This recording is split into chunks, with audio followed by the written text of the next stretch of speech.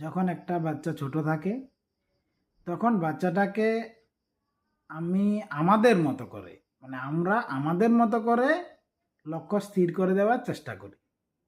এ চেষ্টা করাটা স্বাভাবিক। তো সবাই চায় যে আমার ছেলেটা আমি যেটা চাই সেটা হোক। এবার কথা হলো, সৃষ্টিকর্তা আমাদের যখন সৃষ্টি করে তখন কিন্তু সবার মধ্যে একই রকমের ক্যাপাসিটি দেয় না। সেটা আমাদের কিন্তু মানতে হবে। সেটা কিন্তু ইচ্ছে করলে কিন্তু পরিবর্তন করতে আমরা পারি না। এবার কথা হলো, যখন বাচ্চা ছোট থাকে তখন ওকে আপনার লক্ষ্যটা ওকে বলুন। আর সে বিষয়ে ও ছোট থেকে বড় হতে যখনই বড় হচ্ছে তখন সে শুনতে শুনতে বড় হবে যে হ্যাঁ, আমার বাবা এই চায়, আমার মা এই চায়। এখন আমি আমাকে ওই পজিশনে গিয়ে নিজেকে দাঁড় করাতে হবে যেটা মা বাবা চাইছে। এবার দেখা গেল আপনি যেটা চাইছেন ও সেটা পারছে না নিতে। যখন সে পারে না তখন কিন্তু আপনি ওকে ফোর্স করবেন না।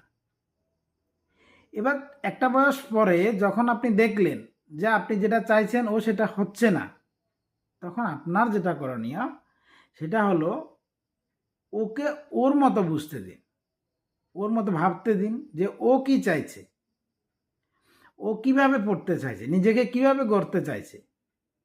আপনি ওটাতে ওকে হেল্প করুন। একটা বয়স পরে, একটা নির্দিষ্ট বয়স পর্যন্ত আপনি ওকে যেটা চাইছিলেন সেটা বানাতে চেষ্টা করেছেন। একটা বয়স পরে কি করবেন, ওকে ওর মতো বলতে দিন ও কি চাইছে।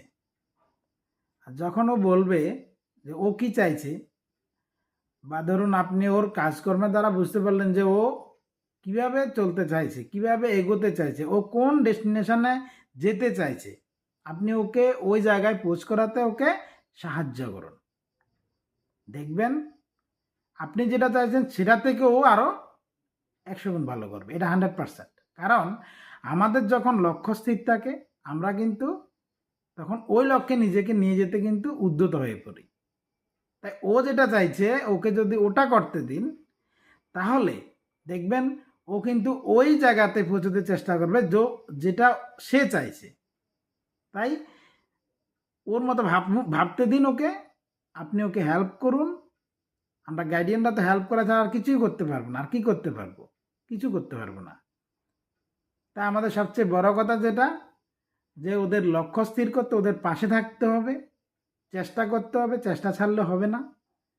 এই সবগুলোকে মিলিয়ে কিন্তু আমাদের পরিবেশের সঙ্গে চলতে হবে। ধন্যবাদ সবাইকে। আজকে এই পর্যন্তই।